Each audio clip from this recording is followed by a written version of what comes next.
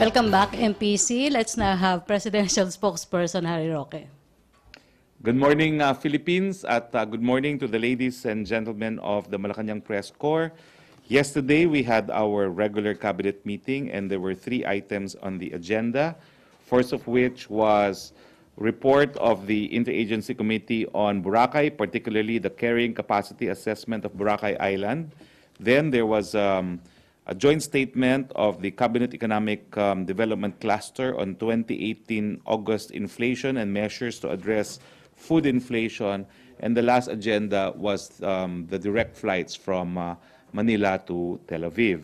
Now, just to read for you the conclusions made by the interagency on the carrying capacity assessment of Boracay Island, there is an excess in existing population and tourists in the island.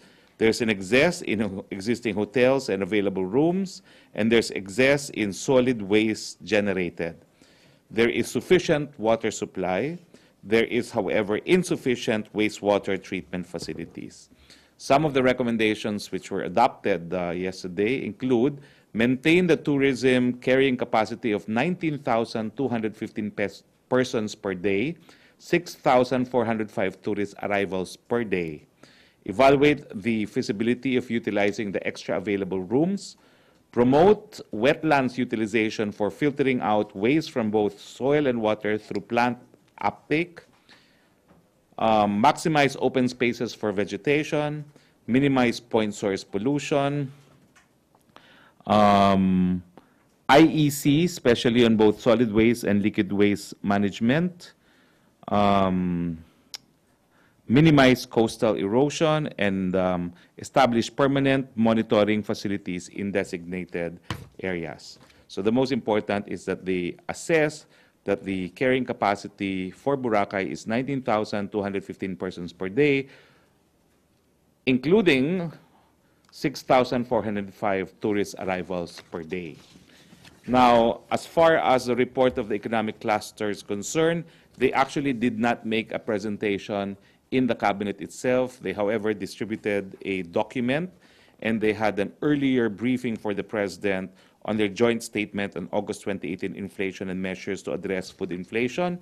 They emphasized that the 6.4 inflation is only for the month of August. However, the average for the year has been at 4.8. So 6.4 is only for the month of August. And they trace basically the inflation. The top 10 contributors to inflation as being, well, the heaviest is rentals for housing, rice, electricity, gas, and other fuels. Those are the heaviest, no? Including fish and seafood. But in terms of ranking, the highest is actual rentals for housing at 12.88, that's the weight. Rice at 9.59. Catering services at 8.05. Electricity, gas, and other fuels at 7.4. Year-to-date total, they have also a year-to-date total right now, it's 4.8. So we stand by the correct figure of inflation year-to-date as being 4.8.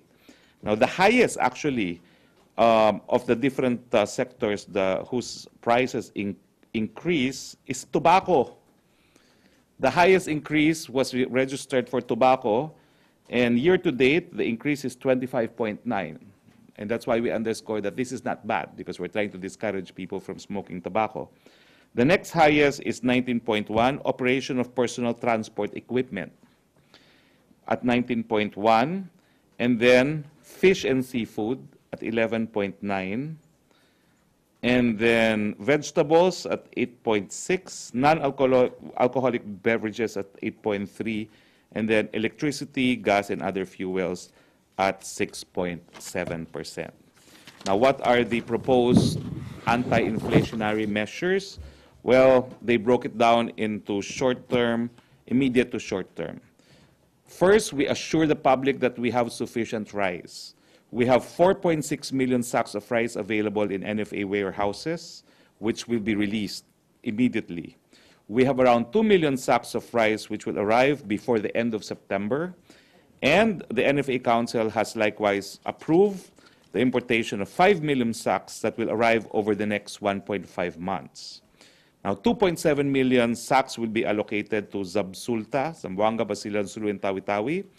We are also projecting a harvest for 2018 amounting to 12.6 million metric ton, or around 252 million sacks of rice.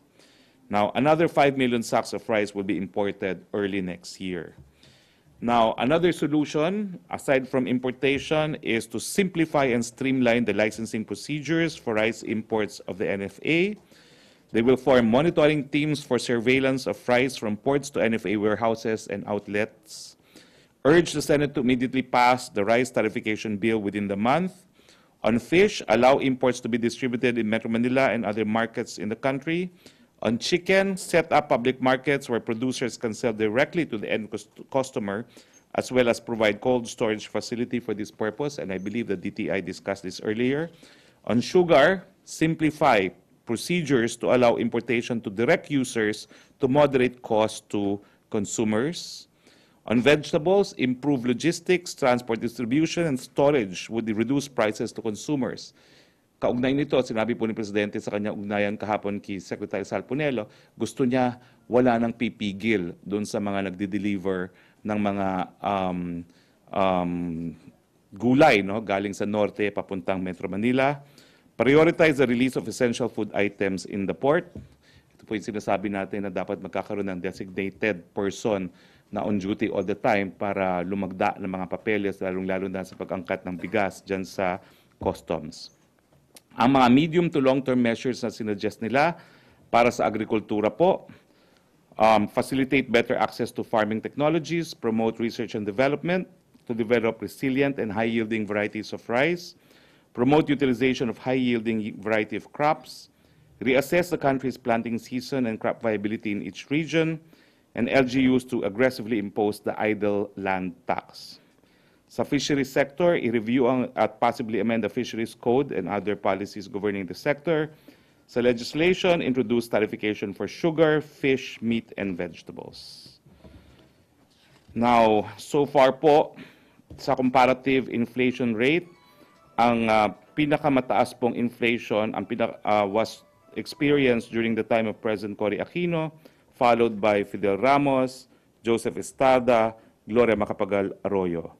Now, during the time of President Aquino, ang low inflation rate was 2.8, ang high was 5.2, and during the time of President Duterte so far, it's from 3.2 to a high of 6.4. Okay? So, the Economic Cluster Group will submit to the Office of the President a draft executive order removing administrative constraints and non-tariff barriers on importation of fish, rice, sugar, meat, and vegetables. Ibig sabihin, gagawin nilang mas simple po yung proseso ng pag-aangkat ng pagkain. Now, on other matters, well, ang Typhoon Manghut or Ompong po, binibigyan po natin ng paalala ang publiko na maging alerto at ligtas sa paparating na bagyo. Ayon sa Pag-asa, inaasahan na papasok ang bagyong Manghut sa Area of Philippine Responsibility ngayong hapon at pangangalan ng Ompong. Batay rin po sa latest update ng National Disaster Risk Reduction and Management Council, ay may naihanda ng standby funds, food packs at iba pang relief assistance ang Department of Social Welfare and Development.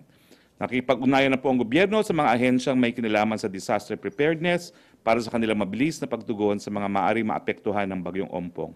As I speak, there is an ongoing pre-disaster risk assessment meeting now to ensure the orchestrated response of the government to Typhoon Manghut.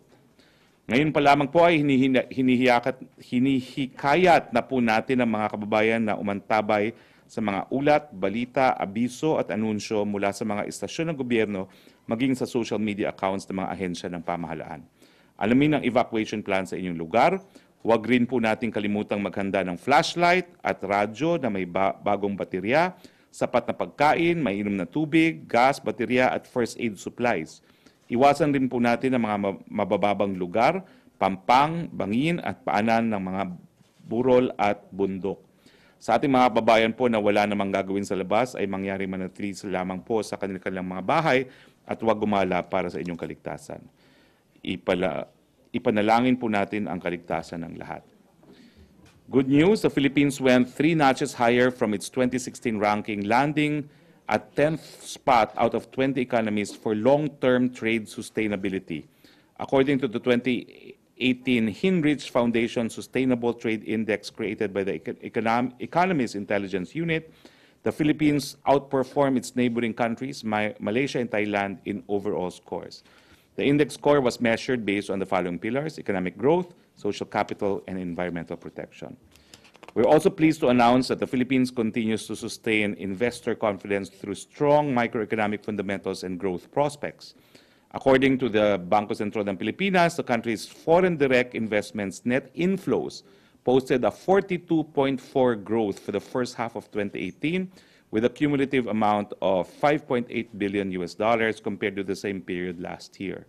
Likewise, an increase of 9.2% was also noted, with $831 million for the month of June 2018 compared to $765 million in the previous year of the same month. Questions, please.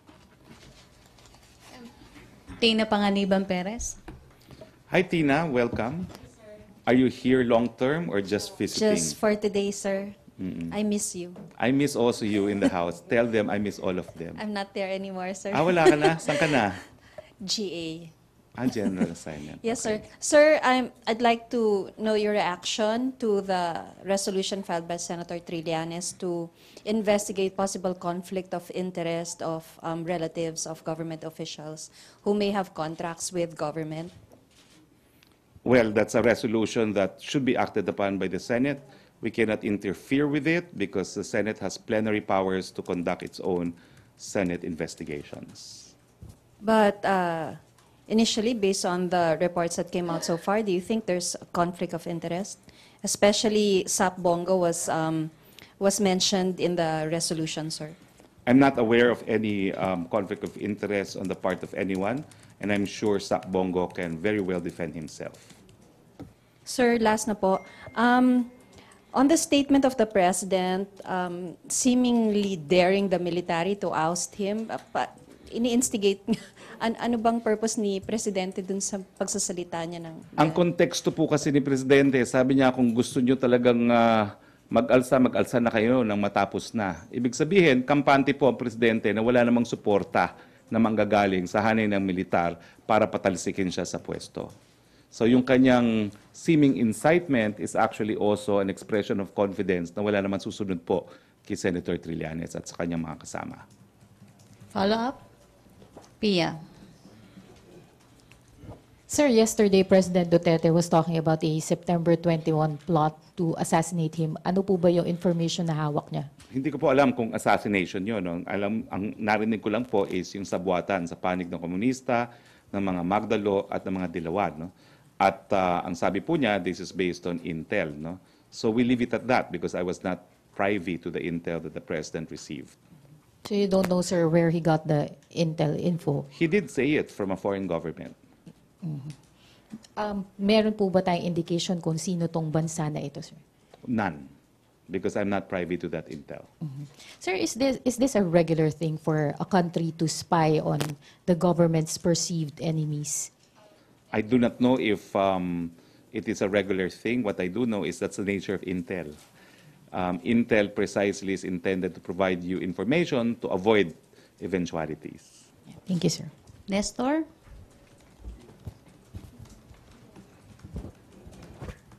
Sir, why is the President yesterday parang suddenly challenging the military to stage mutiny against him if they are no longer happy with his leadership?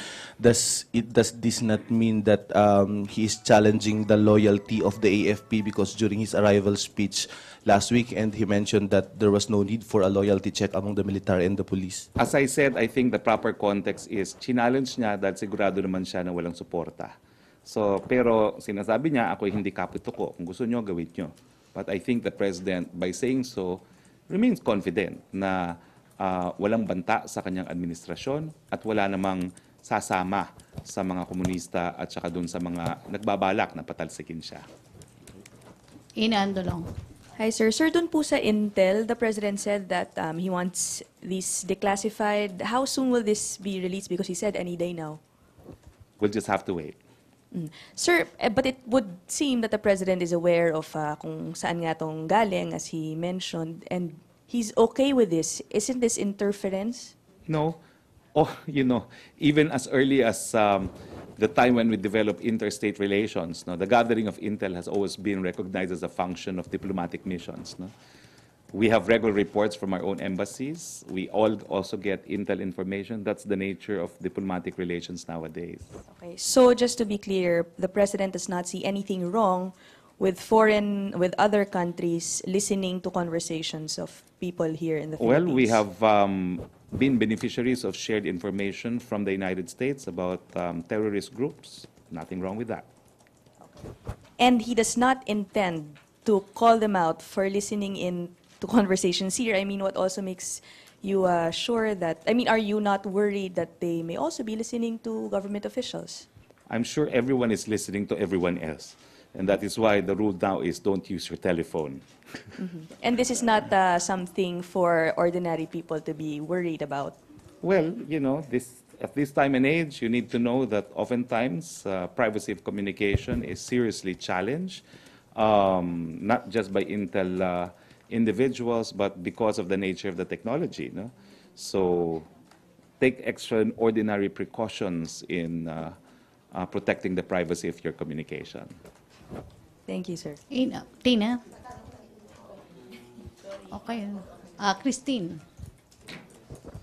Sir, yesterday the President said another legal basis for voiding the amnesty of Senator Trillanes is that it was former Secretary Gasmin who signed the amnesty. But this was not contained in Proclamation 572. Will there be an addendum, if ever, to the proclamation? No need, because now the case is before the Makati courts. The Makati courts will address all issues that may be brought before it. Although we have filed a motion, I'm sure the court will require further filings on the part of the government and on the part of Senator Trillanes that can be ventilated in the court. So even if it's not included in the proclamation? Yes, because the only thing pending is a motion for issuance of arrest warrant. And of course, in the course of resolving this motion, all arguments will have to be ventilated before the courts. So it doesn't mean that the proclamation is deficient? Well, the President the President has said that the proclamation, which proclamation are we talking about? 572. No, it's not deficient. Because we're not limited on the grounds mentioned under 572. No? The rulings that the Presidential Legal Counsel read and the ruling that I read before you yesterday indicate that under the Constitution, no, there are certain powers that the President cannot delegate to anyone else and must do himself. So that's the Constitution speaking. One of the arguments parang yesterday from Valte yata is that yung amnesty daw is for a class. And so parang you need to screen the individuals kaya hindi kailangan agad na i-sign. Even if it is a class, Oo. you need individual names who will be beneficiaries of the amnesty to be able to avail of it. So without the names being listed and the amnesty proclaimed by the President, the position of the palace is that it is not sufficient if it is signed by any other person other than the President. So will the others who were also given amnesty be affected by this? They could potentially be affected, but I do not know if the government will question the others similarly situated. So ang kina-question lang talaga is the case of For Senator now, Trillanes. the only one pending in court is for the court to issue a warrant of arrest against Senator Trillanes. So it will not affect because it's still the same proclamation that's being questioned. Without 72. prejudice, of course, to the government if it wants to, no? But that's the call of the government. So right now, it's not questioning the others. Right now, the only pending motion is to to issue alias warrant of arrest against Senator Antonio Trillanes. Okay, Vance Fernandez. Microphone, please. Microphone. Anyway, hindi naman po pwede yun na we grant amnesty to a class and you don't specify who. If you're going to be a beneficiary of benevolence of the state, you have to specify who will benefit. Still, what is the difference? Hindi naman 1 million yan. They could have specified the names, and the President could have granted amnesty specifically, even if not personally, then to the group of individuals named. With the committee, sir? The committee has no power. That's the jurisprudence. Christine, use the Yes, microphone, but- please. They were the ones who screened you. Yes, but the point of the President and the wording of the jurisprudence is it must be literally the President to grant them amnesty. I gave you the citation yesterday of the case that I read before you. I can give it to you again. You can check the wordings of the rulings yourselves. Vance Fernandez. Yes, sir. Trillanes is calling on the investigation of Bongo dahil sa pagpasok nito sa mga kontrata ng kanyang pamilya. So will Malacañang call on the investigation on Trillanes dahil sa lavish lifestyle niya at ang pagpasok ng kanyang mother sa ilang kontrata? Well, gaya ng sinabi ko po kanina, gawin na po ng Senado ang kanilang katungkulan. Secretary Bongo naman po can very well defend himself. So does it warrant an investigation? Nasa Senado po yan. Hindi namin pinaghihimasukan ng Senado. So anong basihan kay kay Bongo regarding dito sa sabi ni Bintang? Nako, si Senator Trillanes po ang dapat sumagot niyan. Hindi po Okay. kami. Thank you. Okay, question, MPC. Rose Novenario. Hi, sir. Good afternoon. Sir, kailan po ilalabas ni Presidente yung executive order na magpapatupad ng mga hakbang ng gobyerno laban po sa inflation? Well, lilinawin ko po, yung EO has to do with yung non-tariff barriers at saka yung non-tariff impediments. No? Pero yung mga ibang hakbang po ginagawa na natin. Yung pagpapapasok ng mga inaangkat na pagkain, yung pagtatanggal ng ilang mga restrictions sa importation, nagagawa na po yan. Pero specific po yung EO dun sa mga non-tariff barrier measures. So hindi na po natin naantayin yan dahil karamihan po ng mga recommendation are already being implemented.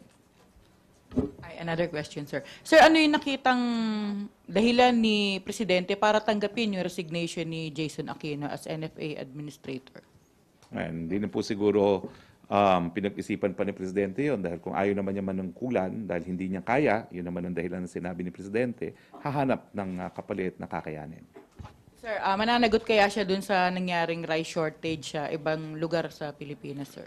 Well, it's without prejudice kung merong basihan para sa pananagutan, pero sa ngayon po, abalang Presidente na naghahanap ng kapalit ni Jason Aquino. Thank you. Okay, Rosalie, then Ina and Chona. Christine, paabot ng microphone. Thank you. Sir, kanina nabanggit din po ng DTI na wala tayong problema sa supply ng bigas, pero may problema tayo sa distribution ng supply. So ano po yung marching order ng Pangulo ngayong wala na pong pinuno ang NFA para mapabilis yung pag-distribute ng supply ng bigas? Well, I think ang DTI mismo may mga plano. Sila na magse-set up ng mga rolling stores, sila na magse-set up ng mga public markets, no, para madala na kaagad ang supply diretso na sa mga mamimili, hindi na dadaan sa traders. No? Isa lang po yan sa pamamaraan na i-implement natin para masigurado nga yung distribution. Pero ang tingin ko dyan, kaya kinakailangan ng isang absolutely honest NFA administrator, kinakailangan talaga na yung inaangkat na bigas ay makarating doon sa intended beneficiaries. Lalong-lalo na yung intended para maging NFA rice, dapat maibenta talaga yan at 27 at dapat makarating sa mga merkado. So sir, kahapon kasi nabanggit ni Pangulo na kaya po napapagod na si Admin Jason Aquino dahil hindi siya makakope up dun sa kalakaran sa loob ng ahensya. So paano i-address ng Pangulo yung problema na yon since yun po yung dahilan kung bakit nagkakaroon din ng problema sa distribution ng supply ng bigas? Kinakailangan din siguro po isang leader na kakayanin yung kalakaran at babaguhin ang kalakaran dyan sa NFA. Okay, Chona? Sir, clarify ko lang yung sinabi kahapon ni Presidente nung tinanong siya ni Secretary Panelo na kumusta yung relasyon natin sa China. The President said, kaya nag-away kami. We had a little bit of hindi naman animosity. Is the President referring to presidency na nag-away kami? Hindi naman nag-away. Kung hindi, uminit ang ulo niya siguro is a better expression. No? Uminit ang ulo niya doon sa nabalita na warning na ibinigay doon sa mga piloto natin na lumilipad sa isla na pinag-aari natin. No? So, uminit lang ang ulo, nagkainitan, kumbaga. So how's the relationship now between the Pareho pa rin President? po. Ang hindi pwedeng mapagkasunduan, isinesantabi. Ang po pwedeng isulong, isinusulong. Wala pong pagbabago sa ating polisiya.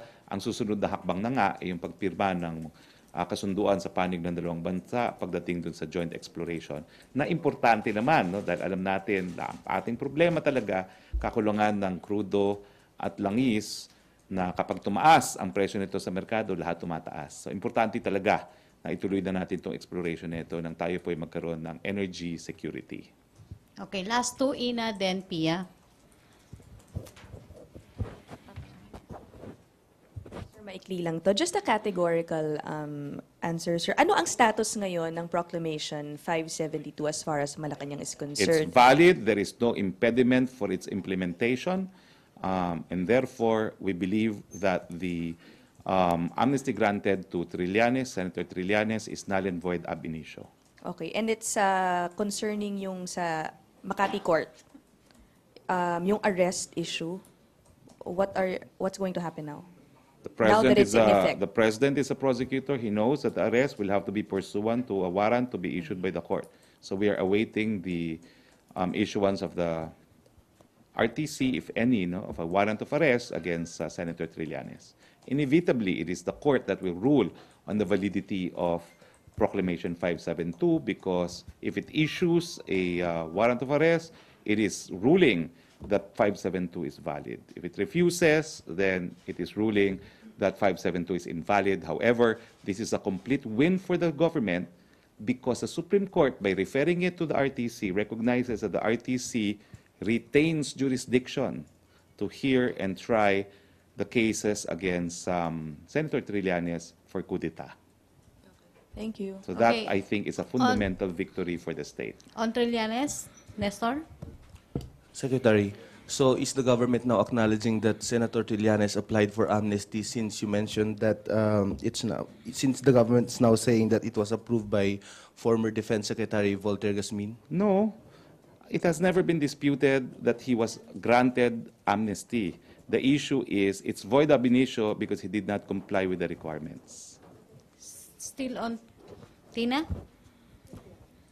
But I guess sa proclamation it was mentioned that there was a question on the application of Trillanes for amnesty.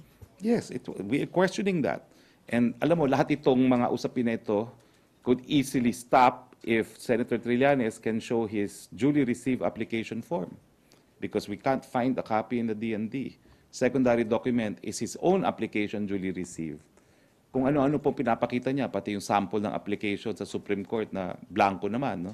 Best evidence rule. Tapos pong usapan kung mailalabas niya ang duly received application form niya. Okay, last four, Rose, Ay, Pia, sir, then... doon ulit po sa Proclamation 572. So yung phrase po doon sa proclamation na inuutusan ni Presidente na iniutusan ng Presidente ang pulis at militar na arestuhin si Trillanes ay hindi pa muna ipatutupad. Kahit Well, valid pala yung proclamation. Well, pwede po kung gugustuhin. Pero nagdesisyon nga po ang Presidente na bagamat po pwede siyang mapa-aresto dahil yung court-martial proceedings was never terminated, even after the grant of amnesty, and that court-martial tribunal continues to have jurisdiction over Trillanes as a fiscal. He himself asserted, let's wait for the regional trial court to rule on that matter. Sumunod naman po ang hukbong sandatahan and hence the statement of the Chief of Staff that they will await action from the RTC. So Even if, because there's a pending court-martial proceedings, the military can arrest him. So hihintayin muna ng AFP yung magiging desisyon ng korte bago po mag-proceed dun sa court-martial proceedings? Yan po ang pag-uutos ng Presidente mismo. Thank you, sir. On Trillanes, Henry. Secretary, walang utos ang Pangulo sa militar na arestuhin na si Senator Trillanes dahil binabanggit po ninyo wala naman ng legal impediments para ipatupad yung Proclamation 572. Alam niyo, pagpapatupad, hindi lang pag-aaresto. It's the conclusion that the amnesty is null and void. So wala na po talagang legal impediment. Kaya lang, merong such a thing as respect for the courts dahil tayo naman ay dumulong sa hukuman. So, dumulog. Tayo naman ay dumulog sa hukuman, so respeto na rin yun. Ba't tayo dudulog kung hindi naman natin aantay na aksyon ng korte? Dahil tayo naman, unlike Trillanes who went to the Supreme Court, ang pinuntahan ng mga piskal natin, dumulog tayo doon sa RTC. So respeto rin yan. And as a former prosecutor, the President knows na since pumunta ka doon, respetuhin mo yung proseso, antayin mo yung desisyon sa iyong motion. Paano kung hindi mag-issue ng warrant of arrest ang Makati RTC? Alin ang mananaig? Yung Proclamation 572, ipapa-aresto pa rin ba si Trillanes? We will explore all options dahil hindi naman final ruling ang mangyayari dyan kung hindi tayo sasang-ayon. No? So we will explore options. But what is clear is if the warrant of arrest is issued, we will arrest. Certainly, that's the obligation of the executive to implement judicial orders of arrest. Will you advise Senator Trillanes to go home now? Drama lang po yung pag-i-stay sa Senado. OA po yan. Uwi na kayo dahil hindi naman tama po ng taong bayan na nagbabayad ng inyong board and lodging dyan sa Senado. Yung Tanging presidente lang po ang merong libreng board and lodging, and I think the vice president in their budget. No? Hindi naman po kasama mga senador. Yung mga supporter niya na gustong umakyat sa opisina niya, magsagawa pa ng misa at magbigay ng malalim na suporta sa senador, ano ang inyong gustong iparating sa kanila ron? Pahala po sila sa gusto nilang gawin, pero wala pong dahilan para gawin yan. Dahil malinaw naman po na ang presidente na mismo nagsabi, aantayin ang desisyon ng RTC, ang Korte Suprema, binigyan ng paniniwala yung sinabi ng Korte Suprema, ng presidente, na aantayin ang desisyon ng RTC. So wala pong kadahi-dahilan other than political mileage yung pananatili sa Senado. All right. Thank you, sir. Okay, last two, Pia, then Bernadette.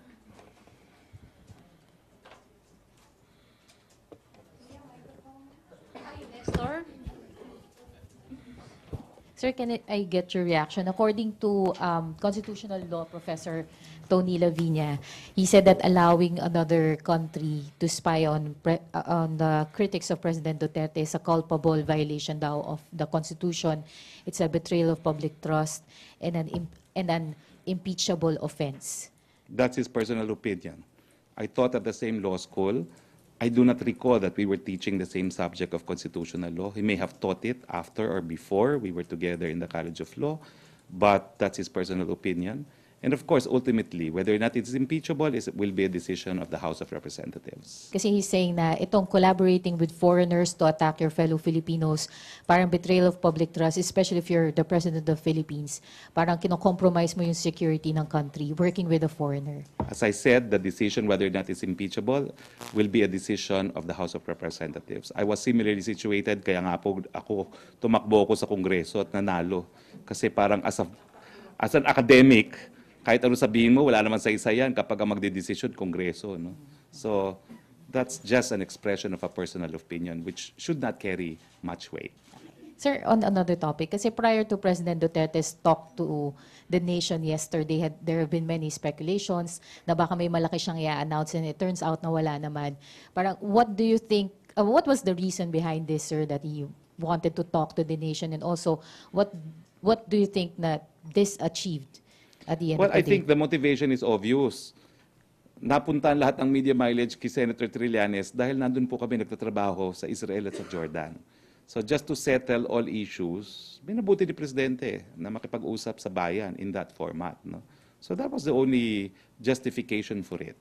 The need for the President to be heard on these issues because he has not been heard. He was working in Jordan when this issue broke up. And also, sir, prior to this, kasi merong mga dating parehong format, like he had a show before, and also there's a time when he had a regular Q&A sa PTV4. Do you think na ibabalik na naman ito because of these issues? Well, depende po yan sa Presidente kung anong gusto niyang format. No? But I was very literal when I told you Monday that he wants to talk to the nation. I used those words. He wants to talk to the nation. The format does not matter, but what he did was to talk to the nation. Is it possible for him to have a regular press conference with the media? Well, we have if he wants regular to be- press briefings. The president po. Well, I think he has regular press briefings with you. It's unscheduled, but he does. Against even my own advice, no? Thank you, sir. Okay, last question, Bernadette. Sir, may papalit na po ba kay Aquino sa NFA po? Naghahanap pa po. Wala pa. Okay, sir. Sir, yesterday the President said he and Aquino were having disagreements all the time. Were these disagreements pertain to policy decisions on whether to import rice or not? Bahala na po silang dalawa.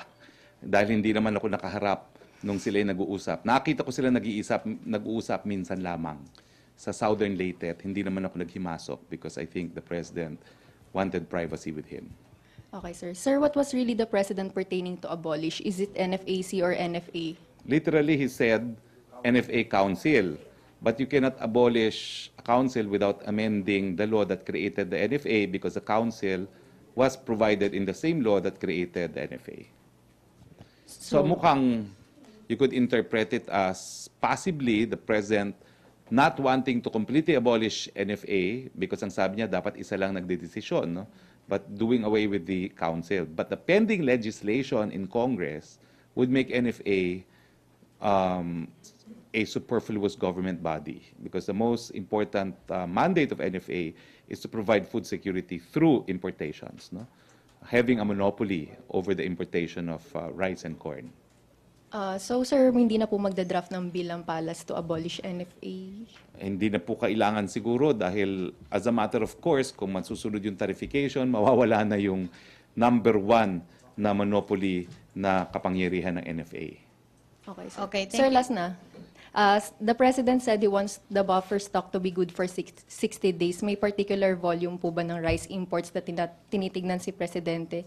So that's nearly 2 million metric tons po. You know, right now, the 4.5 million sacks is good for 48 days.